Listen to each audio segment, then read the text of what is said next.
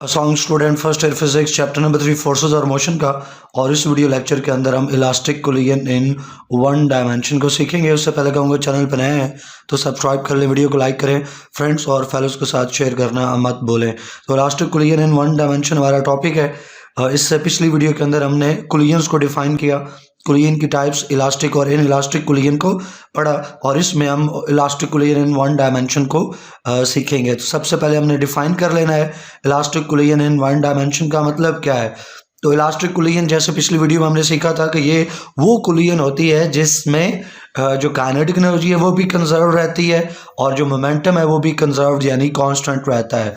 और इन one dimension का मतलब है कि किसी एक लाइन में, किसी एक एक्सिस के ऊपर, ठीक है, बॉडी जो है, जो कोलाइडिंग बॉडीज हैं, वो उनके आने की कोलिजन से पहले की जो लाइन है, जो सिम्थ है, जो एक्सिस है, कोलिजन के बाद भी अगर वही एक्सिस रहे तो उसको हम कहते हैं कि ये वन डायमेंशन के अंदर कोलिजन हुई। तो यही चीज़ डेफिनेशन के अंदर हम बयान करेंगे कि कोलिजन जिसके अंदर काइनेटिक एनर्जी और मोमेंटम दोनों कंजर्व्ड है, और इसके साथ साथ जो कोलाइडिंग बॉडीज़ हैं वो मूव करती हैं सेम लाइन में बिफोर एंड आफ्टर कोलिजन। जिस लाइन पे बिफोर कोलिजन है उसी लाइन पे आफ्टर कोलिजन रहेंगी। हम एक लाइन ले लेते हैं, मिसाल के तौर पे ये एक्स एक्सिस हमने ले लिया, यहाँ पे एक बॉडी है, ये दूसरी बॉडी है, दोनों एक दूसरे की तरफ मूव कर रही हैं, इनकी कोलिजन होगी। तो आफ्टर कोलिजन जो है ये सेम एक्सिस के ऊपर अगर मौजूद रहें, इनकी लाइन जो है वो चेंज ना हो, तो ये कोलिजन इन वन डायमेंशन है।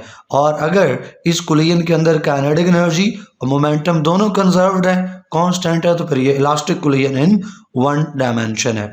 अब आते हैं नेक्स्ट इंपॉर्टेंट पार्ट की तरफ, वो हैं डेरिवेशंस। ज़्यादा इंपॉर्टेंट यही है इसमें। तो जो परफेक्टली इलास्टिक कोलिजन होती है उसमें कंजर्वेशन ऑफ मोमेंटम भी है और कंजर्वेशन ऑफ काइनेटिक एनर्जी भी है। तो इन दो बातों को लेके हमने अपनी डेरिवेशंस को आगे लेके चलना है। तो law of conservation of momentum के अकॉर्डिंग जो सिस्टम का टोटल मोमेंटम बिफोर कोलिजन वो इक्वल होना चाहिए टोटल मोमेंटम आफ्टर कोलिजन के। तो लॉ ऑफ कंजर्वेशन के अकॉर्डिंग हम टोटल मोमेंटम लिखेंगे। हमारे पास दो बॉडीज़ मौजूद हैं, एक बॉडी को हम m1 कह रहे हैं और दूसरी बॉडी को हम m2 कह रहे हैं। अब दोनों बॉडीज़ की जो हैं वो वेलोसिटीज़ हैं, एक वेलोसिटी बिफोर कोलिजन होगी, एक वेलोसिटी आफ्टर कोलिजन होगी।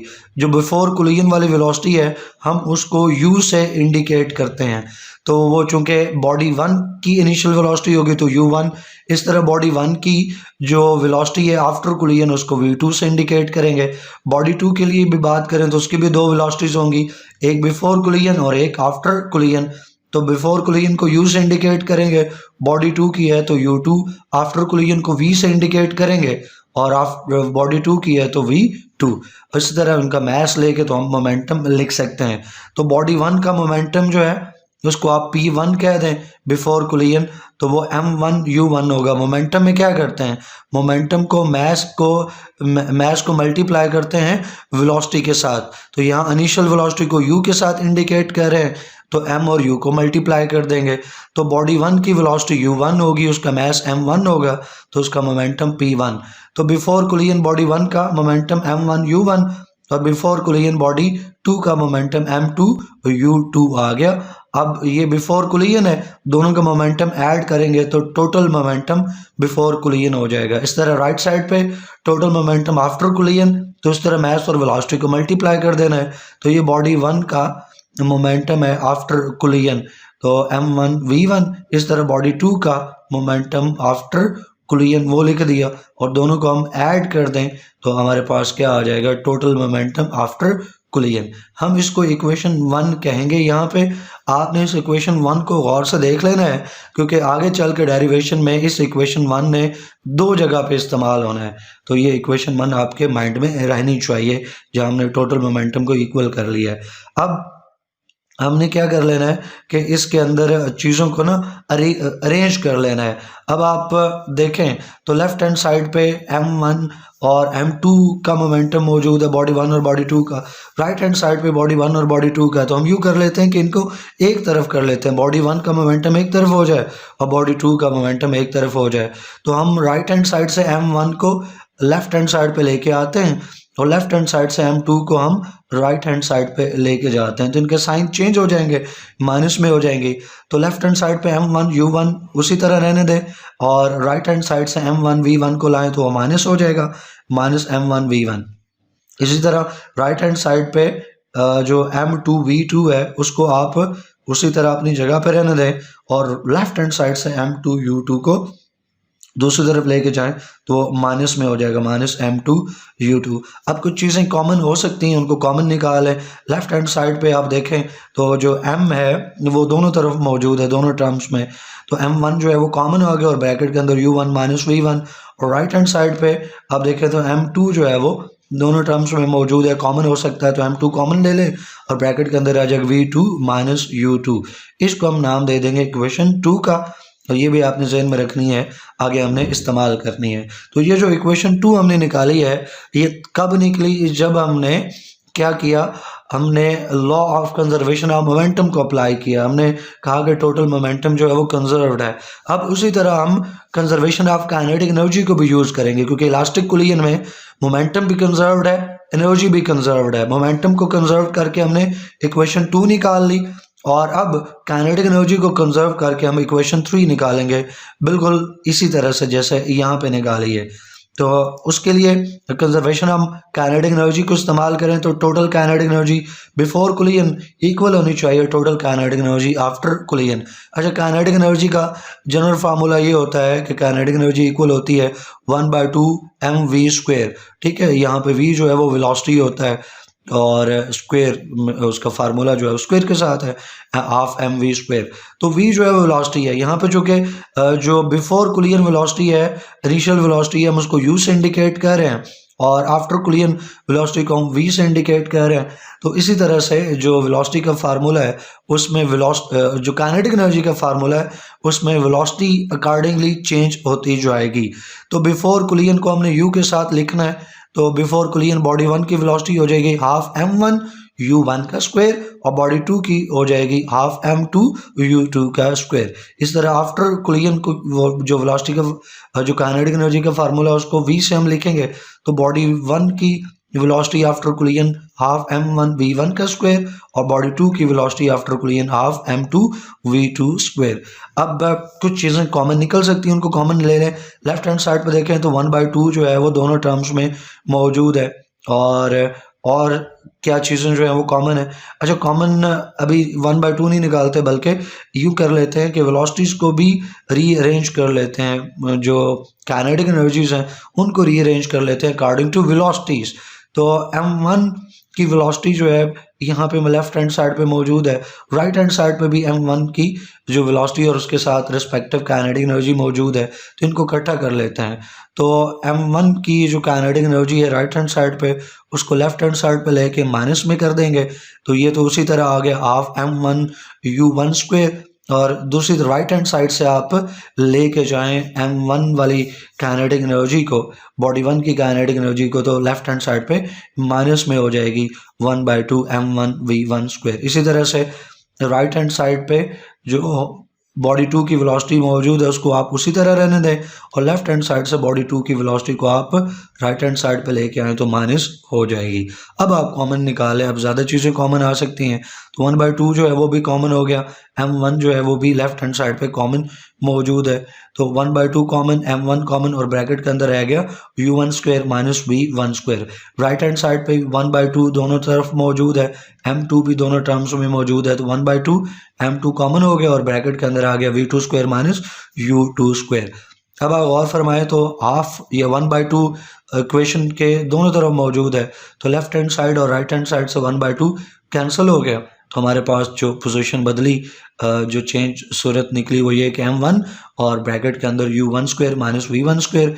इसी तरह से राइट हैंड साइड पे देखें तो m2 है और ब्रैकेट के अंदर v2 square minus u2 square. इसको हम इक्वेशन 3 बोलेंगे। अगर आप गौर से देखें इक्वेशन 3 को और इसको कंपेयर करें इक्वेशन 1 के साथ, तो मैं ज़रा इसको इक्वेशन 1 के साथ आपको दिखा दूं। आप फ़र्क क्या नोट करेंगे कि यहाँ पे इक्वेशन 3 के अंदर जो वेलोसिटीज़ आ रही हैं ब्रैकेट के अंदर ये स्क्वायर के अंदर मौजूद है और इक्वेशन 2 जो हमने निकाली थी उसके अंदर ये वेलोसिटीज़ जो हैं ये स्क्वायर के बगैर मौजूद हैं। इतना सा फ़र्क है। इसकी वजह क्या है कि इक्वेशन 2 जो निकली थी वो मोमेंटम से निकली थी। मोमेंटम में जो वेलोसिटीज़ हैं वो स्क्वायर में नहीं है बल्कि सिंगल टर्म में मौजूद हैं। जबकि काइनेटिक एनर्जी से जब हम इस इक्वेशन 3 को निकाल रहे हैं तो काइनेटिक एनर्जी हाफ mv², तो वेलोसिटी स्क्वायर में मौजूद होती है काइनेटिक एनर्जी के फार्मूले में। लिहाजा काइनेटिक एनर्जी से जो इक्वेशन 3 बन रही है उसमें वेलोसिटीज स्क्वायर के साथ हैं। तो इक्वेशन 2 और इक्वेशन 3 में कोई फ़र्क नहीं है उसकी लुक में, सिवाय कि वेलोसिटीज जो है वो स्क्वायर की फॉर्म में मौजूद है इक्वेशन 3 में। आगे हमने क्या करना है, इक्वेशन 3 को इक्वेशन 2 से डिवाइड कर देना है। तो इक्वेशंस को डिवाइड करने का प्रिंसिपल आपको पता ये होता है कि लेफ्ट हैंड साइड को लेफ्ट हैंड साइड से और राइट हैंड साइड को राइट हैंड साइड से डिवाइड करते होते हैं। तो इक्वेशन 3 की लेफ्ट हैंड साइड ये आ गई हमारे पास, और इक्वेशन 2 की जो लेफ्ट हैंड साइड है मैंने कहा वो सेम ही है लेकिन वेलोसिटी स्क्वायर के बगैर। तो जैसे ऊपर न्यूमिनेटर बना वैसे ही डिनोमिनेटर है इक्वेशन 2 से आने वाला, लेकिन जो वेलोसिटीज हैं नोमिनेटर में स्क्वायर में और डिनोमिनेटर में स्क्वायर के बगैर। इस तरह राइट हैंड साइड पे इक्वेशन 3 की राइट हैंड साइड आ गई ये, और इक्वेशन 2 की जो राइट हैंड साइड है उसको डिवाइड कर देगी इक्वेशन 2 की राइट हैंड साइड m2 और ब्रैकेट के अंदर, यानी वेलोसिटीज उसी तरह से सारी लुक है वेलोसिटी स्क्वायर के बगैर है। अब गौर फरमाओ, तो लेफ्ट हैंड साइड और राइट हैंड साइड पे कुछ चीज़ें कैंसिल हो जाती हैं। लेफ्ट हैंड साइड पे नोमिनेटर में और डिनोमिनेटर में m1 है कैंसिल, राइट हैंड साइड पे m2 जो है वो कैंसिल हो जाएगा। तो उसके बाद जो कुछ बाकी बचा है लेफ्ट हैंड साइड और राइट हैंड साइड पे वो आप लिख दें। अब अगर आप गौर फरमाएं न्यूमिनेटर में दोनों तरफ, तो जो वेलोसिटीज हैं वो स्क्वायर के अंदर मौजूद हैं लेफ्ट हैंड साइड और राइट हैंड साइड पे। इन स्क्वायर्स को हमने सॉल्व करना है। अब ये स्क्वायर जो सॉल्व होंगे ये एक मैथमेटिकल फार्मूला से, अलजेब्रिक फार्मूला से सॉल्व होंगे। वो अलजेब्रिक फार्मूला होता है a² minus b²। a² minus b² अगर ओपन फॉर्म में लिखें तो एक बार प्लस में एक बार माइनस में, तो a plus B into a minus B. अगर आप ऊपर गौर फरमाएं तो लेफ्ट हैंड साइड पे ये a है और u जो है वो u1 जो है वो a की जगह पे मौजूद है, और ये जो है वो b अपने स्क्वायर के साथ मौजूद है, a² माइनस b² कह दें। इस तरह राइट हैंड साइड पे भी ये जो पार्ट है ये a² आगे माइनस b²। तो इनको ओपन करके लिखें, यानी ये जो वेलोसिटीज हैं u1 और v1 एक बार प्लस के साथ एक बार माइनस के साथ। तो जो स्क्वायर था उसको हमने ओपन कर लिया, एक बार वेलोसिटी प्लस के साथ इनटू माइनस के साथ। इस तरह राइट हैंड साइड पे नोमिनेटर में एक बार वेलोसिटीज प्लस में इंटू वेलोसिटीज एक बार माइनस में। तो ये फार्मूला आपने 5वीं 6वीं 7वीं से पढ़ते आ रहे हैं, मैट्रिक में भी आपने इसको यूज़ किया, तो कॉमन सा फार्मूला है। आई होप कि ये स्टेप आपको समझ आया होगा। नेक्स्ट कुछ चीज़ें जो है वो नोमिनेटर और डिनोमिनेटर में कैंसिल हो जानी है। अगर आप देखें तो न्यूमिनेटर में u1 माइनस v1 और नीचे डिनोमिनेटर में u1 माइनस 1 ये एक दूसरे के साथ कैंसिल। इस तरह राइट हैंड साइड पे भी माइनस वाले टर्म्स जो हैं वो कैंसिल हो जाएंगी। तो लेफ्ट हैंड साइड पे हमारे पास बचा u1 प्लस v1 और राइट हैंड साइड पे बचा है हमारे पास v2 प्लस u2, प्लस वाली टर्म्स बच गई हैं। अब ब्रैकेट हटा देते हैं। नीचे वाला स्टेप में हमने क्या किया है, दोनों तरफ जो है वो ब्रैकेट्स हटा दिए हैं बस। अब अगर गौर फरमाएं इस इक्वेशन पे तो लेफ्ट हैंड साइड पे ज़रा पॉइंट नोट कीजिएगा, लेफ्ट हैंड साइड पे बॉडी 1 की वेलोसिटी पहले आ रही है, जबकि राइट हैंड साइड पे बॉडी 2 की वेलोसिटी पहले आ रही है। तो हमने ना इक्वेशन को, उसकी इक्वेशन की राइट हैंड साइड को थोड़ा सा रीअरेंज करना है। हम चाहते हैं कि जिस तरह लेफ्ट हैंड साइड पे बॉडी 1 की वेलोसिटी पहले आ रही है, इसी तरह राइट हैंड साइड पे भी बॉडी 1 की वेलोसिटी पहले आए, v2 की ना हो। उसके लिए हम क्या कर लेते हैं कि थोड़ा सा इक्वेशन को रीअरेंज कर लेते हैं। तो रीअरेंज कैसे होगा, जब आप इसको माइनस में ले लोगे, ठीक है। पहले तो आप इन वेलोसिटीज को एक तरफ कर लें, u1 और u2 को एक तरफ, v1 और v2 को एक तरफ कर लें। तो ये राइट हैंड साइड पे जो u2 है इसको लेफ्ट हैंड साइड पे लेके जाएं, और लेफ्ट हैंड साइड पे जो v1 है उसको राइट हैंड साइड पे लेके आएँ। तो u1 माइनस u2 और v इधर जो है वो v2 उसी तरह से, और लेफ्ट हैंड साइड से v1 जो है वो आके यहाँ पे माइनस हो गया। तो वही बात जो मैं आपको ऊपर बता रहा था कि लेफ्ट हैंड साइड पे जो बॉडी वन है उसकी वेलोसिटी मौजूद है, लेकिन पहले मौजूद है, लेकिन राइट हैंड साइड पे देखें तो बॉडी टू की वेलोसिटी पहले मौजूद है। तो हमने राइट हैंड साइड पे थोड़ा सा तरतीब को बदलना है। इसके लिए हम क्या करेंगे, राइट हैंड साइड पे माइनस को कॉमन लेंगे। तो अगर हम राइट हैंड साइड पे -1 या माइनस कॉमन ले लेते हैं तो आपको पता है ब्रैकेट के अंदर जो है वो साइन चेंज हो जाते हैं। तो जब हम बाहर माइनस जो है वो कॉमन लेंगे तो जो V2 प्लस का है वो V2 माइनस में हो जाएगा, और V1 जो माइनस का है वो V1 प्लस का हो जाएगा अगर बाहर जो है वो कॉमन आप माइनस लेते हो। अब हम तरतीब बदल सकते हैं, V1 जो प्लस का है उसको पहले लिख दें और V2 जो माइनस का है उसको हम बाद में लिख दें। अब आप गौर फरमाएं तो लेफ्ट हैंड साइड पे बॉडी वन की वेलोसिटी पहले है और राइट हैंड साइड पे भी बॉडी वन की वेलोसिटी पहले है। तो अब जो है थोड़ा सा इस चीज़ को इसके सिग्निफिकेंस को देख लें, इसके मीनिंग को देख लें। लेफ्ट हैंड साइड पे जो U1 माइनस U2 है ये वेलोसिटी का डिफरेंस है before collision, difference of velocity before collision. और राइट हैंड साइड पे जो V1 माइनस V2 है ये वेलोसिटीज का डिफरेंस है आफ्टर कोलिजन। और माइनस का साइन यहाँ पे क्या इंडिकेट करता है, माइनस का साइन इंडिकेट करता है कि जो वेलोसिटीज का डिफरेंस है बिफोर कोलिजन आफ्टर कोलिजन वो इक्वल है लेकिन अपोजिट डायरेक्शन में। माइनस का साइन जो है वो अपोजिट डायरेक्शन में, कि जो दोनों बॉडीज हैं उनकी वेलोसिटी अपोजिट हो गई है, लेकिन जो डिफरेंस है बिफोर कोलिजन और आफ्टर कोलिजन वो इक्वल ही रहेगा लेकिन डायरेक्शन रिवर्स हो जाएगी। तो U1 minus U2 it is the difference of velocities before collision and it is equal to the difference in velocities after collision but in opposite direction as indicated by the negative sign या minus sign. तो यहाँ तक ये एक हिस्सा था हमारा जिसके अंदर हमने प्रूव किया कि जो elastic collision in one dimension होती है उसमें जो डिफरेंस इन वेलोसिटीज़ है before collision and after collision जो है वो इक्वल होता है, सेम होता है, बट ऑपोजिट इन डायरेक्शन में होता है। अब हमने क्या कर लेना है कि अब हमने कोलिजन के बाद वाली जो वेलोसिटीज़ हैं उनको डिटरमिन करना है। कोलिजन के बाद V1 बॉडी वन की वेलोसिटी V1 होगी और कोलिजन के बाद बॉडी टू की वेलोसिटी V2 होगी, इनको हमने डिटरमिन करना है। तो सबसे पहले determination of velocity V1 body one की वेलोसिटी आफ्टर कोलिजन, इसको डिटरमिन करेंगे।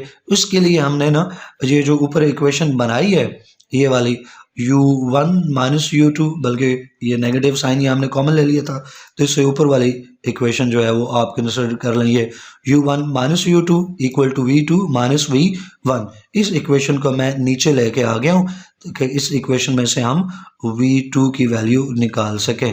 तो वो इक्वेशन नीचे आ गई। अब इस इक्वेशन में से ना हमने V2 की वैल्यू जो है वो एक तरफ कर लेनी, V2 को एक तरफ कर लेना है। आप सोच रहे होंगे कि सर कह रहे हैं कि हमने डिटर्मिनेशन करनी है V1 की, तो हम V2 को फिर साइड पे क्यों कर रहे हैं? इसलिए कि हम यहाँ से V2 को अलग करके फिर इक्वेशन 1 के अंदर V2 की वैल्यू पुट कर देंगे। तो जब V2 की वैल्यू पुट कर देंगे तो V2 की वैल्यू पुट करके हमें V1 मिलेगा। तो V1 लेने के लिए हमें V2 की वैल्यू पुट करनी है और V2 की वैल्यू हम इसी इक्वेशन से पुट करेंगे। तो ये equation U1 minus U2 equal to V2 minus V1, इसमें से हमने V2 एक तरफ कर लेना है। तो उसके लिए हमें क्या करना होगा कि जो माइनस V1 है इसको इक्वेशन के दूसरी तरफ लेके जाएं तो ये प्लस हो जाएगा। उस लेफ्ट हैंड साइड पे U1 ऑलरेडी प्लस का मौजूद है, लिख लिया, और V1 भी इधर आके प्लस का हो जाएगा तो V1 प्लस लिख लिया, और इस तरफ माइनस में U2 मौजूद है तो माइनस में U2 लिख लिया। इसको हम इक्वेशन 4 कह रहे हैं क्योंकि अगली बार जब हम V2 निकालेंगे तो इक्वेशन 4 को हम इस्तेमाल करते हुए V2 निकालेंगे। तो इसको इक्वेशन 4 मार्क कर लेते हैं। यहाँ से हमारे पास V2 की वैल्यू आ गई है। इस V2 की वैल्यू को हम इक्वेशन 1 के अंदर पुट करेंगे। इक्वेशन 1 कौन सी, वो याद करें जो मैंने स्टार्ट के अंदर आपको बताई। इनिशियली मैंने कहा था कि इसको आप ज़हन नशीन कर लें क्योंकि हमने आगे जो वेलोसिटी डिटरमिन करने के लिए इस इक्वेशन 1 को 2 बार इस्तेमाल करना है। इक्वेशन 1 कैसे बनी थी, जब टोटल मोमेंटम बिफोर कोलिजन और टोटल मोमेंटम आफ्टर कोलिजन हमने इक्वल कर दिया था। तो ये जो टोटल मोमेंटम वाली इक्वेशन है इसको यूज़ करते हुए हम इस्तेमाल करते हुए हम वेलोसिटी 1 जो है वो डिटरमिन करेंगे और वेलोसिटी 2 जो है वो डिटरमिन करेंगे। तो by putting the value of V2 in equation 1, ये इक्वेशन 1 जो है मैंने नीचे लिख ली है। एक बार, ताकि हमें बार बार ऊपर ना जाना पड़े। तो इक्वेशन 1 मैंने नीचे लिख ली, इसमें V2 की वैल्यू ये जो अभी हमने इक्वेशन 4 के लिए अलग की है इसको पुट करेंगे। यहाँ पे आप देखें राइट हैंड साइड पे V2 लिखा हुआ, तो जहाँ V2 लिखा हुआ है वहाँ V2 की वैल्यू पुट कर देंगे। तो लेफ्ट हैंड साइड उसी तरह आ गई, ये M1 V1 भी उसी तरह आ गया, M2 भी उसी तरह, और V2 जहाँ पे था वहाँ पे V2 की ये वैल्यू पुट हो गई है। नेक्स्ट आप क्या कर लो, M2 को अंदर मल्टीप्लाई कर दो, तो M2 को U1 के साथ आप मल्टी करोगे तो बन जाएगा M2 U1, फिर आप M2 को V1 से मल्टीप्लाई करोगे तो प्लस का बनेगा M2 V1, और फिर M2 को जब माइनस U2 के साथ मल्टीप्लाई करोगे तो टर्म माइनस की बनेगी M2 U2। तो ये टर्म आ गई। आगे हमने क्या करना है कि रीअरेंजमेंट करनी है। हमारा टारगेट क्या है, हमारा टारगेट है V1। तो अगर आप राइट हैंड साइड पर देखें, पहले तो मैं इसको हाईलाइट कर देता हूँ, ये मैंने हाईलाइट कर दिया। इसमें आप जो पार्ट मैंने हाईलाइट किया है हमारा टारगेट V1 है। तो देखें इस टर्म के अंदर V1 जो है वो मौजूद है, इसको मैंने सर्कल कर दिया।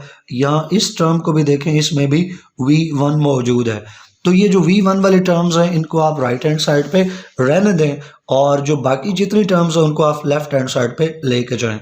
तो आप M2U1 को लेफ्ट हैंड साइड पे लेके जाओगे तो उधर पहले क्या है, ऑलरेडी उधर M1U1 मौजूद है। ये उसी तरह मैं एरो लगा के आपको दिखा रहा हूँ, ये आ गया M1U1। उधर जो है M2U2 मौजूद है, ये आ गया M2U2 उसी तरह से। फिर हम राइट हैंड साइड से क्या ला रहे हैं, राइट हैंड साइड से हम ला रहे हैं M2U1। ये M2U1 माइनस का हो जाएगा, तो ये देखें माइनस M2U1। फिर राइट हैंड साइड से हमने माइनस का M2U2 जो राइट हैंड साइड पे मौजूद है उसको लेफ्ट हैंड साइड पे ले आएंगे। राइट हैंड साइड पे अगर टर्म माइनस में मौजूद है तो लेफ्ट हैंड साइड पे ये टर्म आ जाएगी प्लस की M2U2, और राइट हैंड साइड पे सिर्फ रह जाएगा M1V1 प्लस M2V1। हमारा टारगेट ही V1 है, तो राइट हैंड साइड पे V1 वाली टर्म्स हमने एक तरफ कर ली और बाकी टर्म्स एक तरफ कर ली। अब अगर आप लेफ्ट हैंड साइड पे गौर करें तो कुछ चीज़ें जो हैं उनको रीअरेंज किया जा सकता है और कुछ चीज़ों को ऐड किया जा सकता है। नीचे वाले मैंने स्टेप में क्या किया है, सिर्फ पोजीशन बदल दी है। तो राइट हैंड साइड को मैंने लेफ्ट पे लिख दिया और जो लेफ्ट हैंड साइड थी उसको राइट हैंड साइड पे ले गया, डायरेक्शन बदल दी। अब जो है वो आप गौर फरमाएं तो राइट हैंड साइड पे ना कुछ चीज़ों को हम सिंप्लीफाई कर सकते हैं। राइट हैंड साइड पे ये M2U2 है और ये भी प्लस का M2U2 है, दोनों टर्म्स एक जैसी हैं और ऐड हो रही हैं, तो इन दोनों टर्म्स को ऐड कर दें तो बन जाएगा 2M2U2। और फिर बाकी ये M1U1 उसी तरह से, और ये जो लास्ट के ऊपर टर्म मौजूद थी माइनस M2U2 इसको इसके साथ मिला देते हैं। अब कुछ चीज़ें जो है वो कॉमन निकाल सकते हैं, हम उसको कॉमन निकाल लें। तो लेफ्ट हैंड साइड पे M1 बल्कि V1 जो है वो कॉमन है, V1 इधर भी है और V1 दूसरी टर्म में भी है, तो V1 हमने ले लिया कॉमन और ब्रैकेट के अंदर आ गया हमारे पास M1 plus M2। Sir right hand side पे भी हम कॉमन ले सकते हैं, U1 इस टर्म में भी U1 इस टर्म में भी, तो U1 हो गया कॉमन और ब्रैकेट के अंदर आ गया M1 और फिर माइनस M2, और ये जो टर्म हमने ऐड करके रखी थी उसी तरह नीचे आ गई। अब हमारा टारगेट क्या है, हमारा टारगेट है V1, यही तो हमने डिटरमिन करना था। तो इसके साथ जो फैक्टर मल्टीप्लाई हो रहा है M1 प्लस M2 का, इसको आप इक्वेशन के राइट हैंड साइड पे ले जाओ। जब इसको इक्वेशन के राइट हैंड साइड पे लेके जाओगे तो लेफ्ट हैंड साइड पे तो मल्टीप्लाई हो रहा था, राइट हैंड साइड पे जाके ये डिवाइड हो जाएगा। तो राइट हैंड साइड पे जितना पोर्शन मौजूद है, दो टर्म्स हैं, पूरी टर्म्स को ये जाके डिवाइड कर देगा। तो पूरी जो राइट हैंड साइड है उसको M1 प्लस M2 से हमने डिवाइड कर दिया। अब मैथ का एक जनरल प्रिंसिपल है, अगर आप गौर फरमाएं तो ये प्लस के साथ दो टर्म्स जो हैं वो जुड़ी हुई हैं। तो हमने एक बार तो नीचे इनका कॉमन डिवीजन लेके आए, M1 प्लस M2 जो है पूरी टर्म को हमने डिवाइड कर दिया, राइट हैंड साइड को डिवाइड कर दिया। आगे चूंकि न्यूमिनेटर में दो टर्म्स हैं प्लस के साथ, तो उनका डिनोमिनेटर एक है, तो आपको पता है मैथ के अंदर हम डिनोमिनेटर को अलग भी कर सकते हैं। तो एक टर्म को उसके डिनोमिनेटर के साथ अलग कर दिया, ये आ गया नीचे डिनोमिनेटर, और दूसरी टर्म जो थी 2m2u2 उसको डिनोमिनेटर के साथ हमने अलग कर दिया, बीच में प्लस का साइन है तो प्लस का साइन रहेगा। नेक्स्ट स्टेप में आप क्या कर लो कि जो ये u1 टॉप पे लिखा है उसको ज़रा साइड पे लिख दो ताकि बेहतर रहे। एक बस ये यहाँ पे ऊपर वाले स्टेप में v1 निकल आया है, लेकिन एक लुक देने के लिए, एक थोड़ी सी बेहतर रीअरेंजमेंट देने के लिए हम ये अगला स्टेप भी कर सकते हो। तो u1 को साइड पे लिख दिया। इसी तरह दूसरी टर्म में भी जो पहली टर्म में v1 को u1 को साइड पे लिख दिया, दूसरी टर्म में u2 को हम साइड पे लिख रहे हैं। तो ये जो अब आपके पास पोजीशन बनी है, ये वेलोसिटी है बॉडी 1 की आफ्टर द कुलियन। और इस फार्मूले को आपने गौर से देख लेना है, इसलिए कि ये बार बार न्यूमेरिकल्स में इस्तेमाल होगा। बहुत सारी असाइनमेंट्स हैं, न्यूमेरिकल्स हैं जिनमें इन फार्मूलों ने यूज़ होना है। अब इस फार्मूले में देखें तो राइट हैंड साइड पे v1 के लिए डिनोमिनेटर में m1 प्लस m2 और दूसरी टर्म में भी m1 प्लस m2 है, और पहली टर्म में m1 माइनस m2 और दूसरी टर्म में 2m2, और पहली टर्म में u1 साथ मल्टीप्लाई हो रहा है, दूसरी टर्म में u2 मल्टीप्लाई हो रहा है, और बीच में v1 के लिए जो साइन है वो प्लस का साइन है। इन चीज़ों को आपने ज़हन नशीन रखना है। इस फार्मूले को, वेलोसिटी के फार्मूले को याद कर लें, क्योंकि ये याद होगा तो आप न्यूमेरिकल निकाल सकेंगे, सॉल्व कर सकेंगे। अब है डिटर्मिनेशन ऑफ वेलोसिटी v2 निकालनी, बॉडी 2 की वेलोसिटी निकालनी। तो जब बॉडी 1 की वेलोसिटी हमने निकाल ली है, बॉडी 2 की वेलोसिटी उसी तरह निकाल सकते हैं। बुक पे देखें तो उसने डायरेक्ट डेरिवेशन दे दी है सिर्फ रेफरेंस डाल के। तो मैं भी यहाँ पे कर सकता था, लेकिन मैंने यहाँ पे रेफरेंस डाल के डायरेक्ट नहीं लिखा, बल्कि v1 की तरह हम v2 को भी ड्राइव करेंगे। अगर आपने v1 की डेरिवेशन सीख ली है तो v2 की डेरिवेशन हूबहू उसी तरह से है, ठीक है, इसमें कोई फ़र्क नहीं है, सिवाय इसके कि v1 ड्राइव करने के लिए हमने v2 की वैल्यू पुट की थी और v2 निकालने के लिए हम v1 की वैल्यू पुट करेंगे। तो जो ऊपर हमने इक्वेशन 1 बना रखी थी, उस इक्वेशन 1 को मैंने नीचे लिख दिया। ये इक्वेशन 4 हमने बनाई थी, सॉरी मैंने गलती से 1 बोल दिया। इक्वेशन 4 जो ऊपर हमने बनाई थी, v2 की वैल्यू जब हमने निकाली इक्वेशन 1 में पुट करने के लिए, तो उसको हमने इक्वेशन 4 कहा था, तो ये मैंने वो लिख दिया। अब इसमें से हम v1 अलग कर लेंगे। हमें चाहिए v1, तो राइट हैंड साइड से बाकी टर्म्स जो हैं वो लेफ्ट हैंड साइड पे लेके जाओ। तो ये u2 जो है ये माइनस का है, तो राइट हैंड साइड पे आ जाएगा प्लस में, तो v2 प्लस का और u2 भी प्लस हो गया। और ये u1 जो है राइट हैंड साइड पे प्लस में है, तो लेफ्ट हैंड साइड पे जाके ये माइनस का हो जाएगा। तो ये देखें माइनस u1। तो हमारे पास अब v1 की वैल्यू आ गई। तो v2 निकालने के लिए v1 की वैल्यू इक्वेशन 1 में पुट करेंगे। तो इक्वेशन 1 जो है वो अब 3-4 बार उसका जिक्र हो गया। जो कंजर्वेशन ऑफ मोमेंटम से हमने इक्वेशन 1 बनाई थी, initial total momentum before collision is equal to total momentum after collision. तो हमारे पास m1 यहाँ पे v1 था प्लस m2 v2।